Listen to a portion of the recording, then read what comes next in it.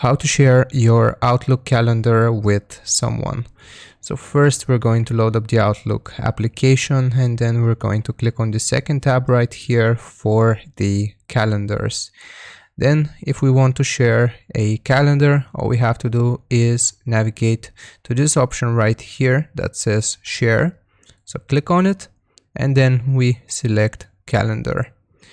And from here where it says permissions, we want to add, and it will give us a new pop-up window. We are going to search for the person's name. So I've just typed in Ivan and I'm going to press on this arrow.